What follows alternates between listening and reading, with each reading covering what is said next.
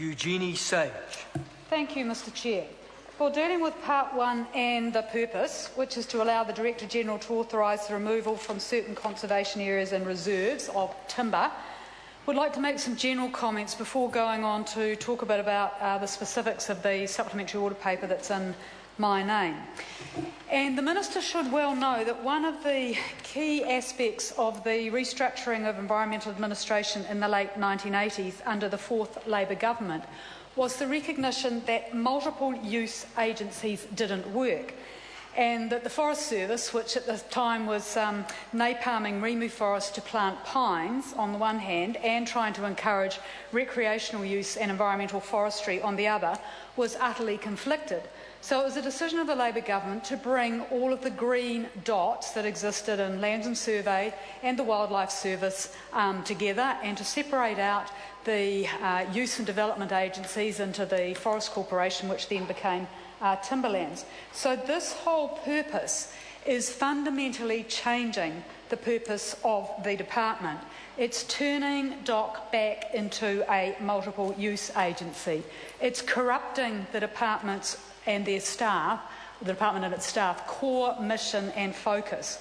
Because at the very time that DOC is supposed to be focused on ramping up pest control to deal with the beach masting year and the huge eruption in pests in South Island beech forests, the explosion of rats and stoats, and doing a six-fold increase in control to tackle that, DOC is now going to have to be training up and appointing a whole team of logging supervisors in order to manage the logging that this bill allows.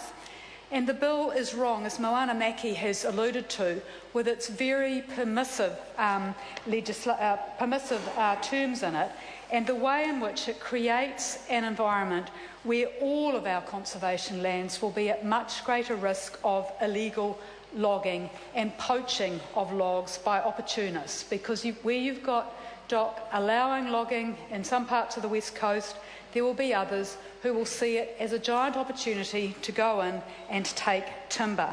And I'd like the Minister to take a call and explain how DOC is going to know whether a log comes from one of the designated areas or from nearby conservation land, or any other area of conservation land for that matter, because by promoting this bill, the government is signing off on a huge increase in illegal logging on the West Coast. So we already know that it's happening. Locals in South Western report that they have seen roading contractors who were logging along State Highway 6 in the road reserve with approval from the Transport Agency and the local councils, sneaking onto adjacent conservation land to get out the giant Rimu trees when they knew DOC staff weren't around and that they wouldn't get caught. So how is DOC going to enforce this bill? How many staff are going to be turned from focusing on pest control and the management of biodiversity to supervising logging? And that's the huge tragedy at the heart of this bill, that it's taking New Zealand back into the 19th century, into that colonial attitude where wild nature existed for human use to be exploited by whomever could get in first and take the most. And the other tragedy is that 20 years ago, the New Zealand Forest Accord was signed. It's different from the 1986 West Coast Accord, but it was a voluntary agreement between environmental organisations and the forestry industry. The industry agreed not to clear and convert native forest and convert it to plantations, while environmental organisations endorsed plantation forestry as a renewable and sustainable source of timber. This bill, with this purpose in Clause 3, turns its back on that voluntary agreement and the philosophy that was at the heart of that, which was to protect our native forests and instead to promote the use of plantation forests as the major source of timber.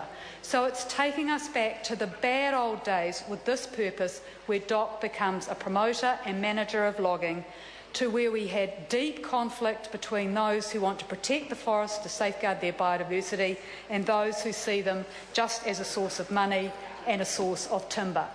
So if this government was genuinely serious about jobs and regional development, it wouldn't be passing this bill. It would be promoting much more processing of plantation timber, so that instead of the Mr. Chair, The Honourable Member. thank you. Jenny Sage. Instead of the giant piles of raw logs that we've got on wharves around the country, which are shipped off without being processed, without creating jobs for New Zealanders, if the government was serious about job creation, it would be investing in ensuring that plantation pine was used for manufactured products. So that purpose in the bill is fundamentally wrong, and it's a major attack on conservation legislation. And what it's going to lead to is Department of Conservation staff being faced with a whole host of dilemmas.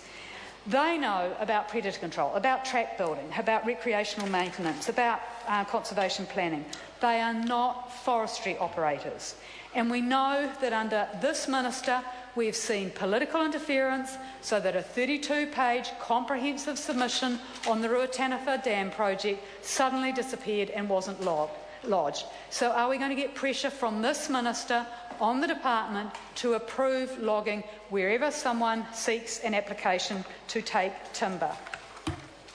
And this bill allows huge discretion to the Director-General in terms of making decisions on applications to log.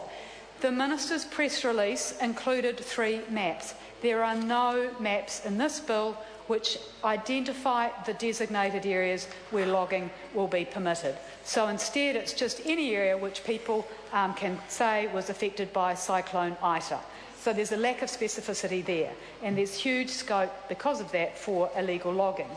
And then in the list of areas that was attached to the Minister's press release, there were a number of areas such as various scenic reserves, the Punakaiki Nature Reserve, areas that the Nature Heritage Fund had bought for addition to the conservation estate, like the Balahuli Scenic Reserve on the Whataroa Flats, one of the best areas of Totoroa Forest on the Whataroa Flats.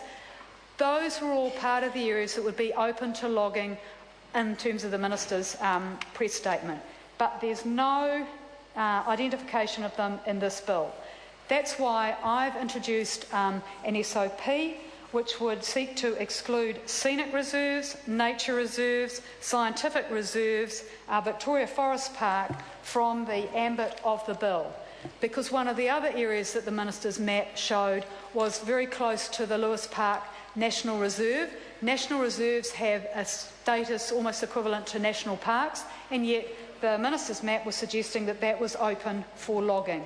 So that's why in the SOP we are suggesting that there be a wider range of areas that are protected from logging, not just the ecological areas and the Waitangaroto Nature Reserve and the South West World Heritage Area that the Minister suggested. Because, Minister, we set these areas aside and they have been protected under the Reserves Act with the provisions in the Reserves Act which control any removal of vegetation intended to protect those areas since the 1970s and some of them before that. So this bill, with its purpose of giving the Director-General of Conservation the discretion to approve logging, is a fundamental change to the purpose of the department. One of the other major problems in which the regulatory impact statement identifies is the research that's going to be done on logging. Why is there extensive research being done if the logging is to end in 5 years? The Minister hasn't closed off the prospect of logging being allowed much more extensively on conservation land. Is it going to see Scion and other agencies doing this research in order to justify opening up conservation land around New Zealand to be logged? That's a question we'd like some answers to.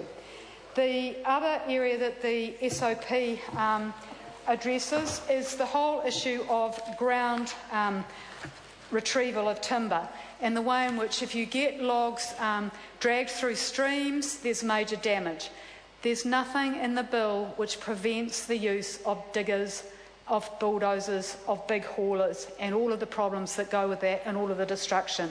So that's why the SOP provides for a restriction so that recovery can only be by helicopter. Mr. Chair, the bill is very uncertain in a lot of the provisions, very vague. leaves a huge amount of discretion to the Director-General, and again, that highlights one of the major problems with the bill, that it's going through under urgency, it hasn't been to a select committee, there's been no opportunity for submitters to highlight changes to the bill. Mr. Smith.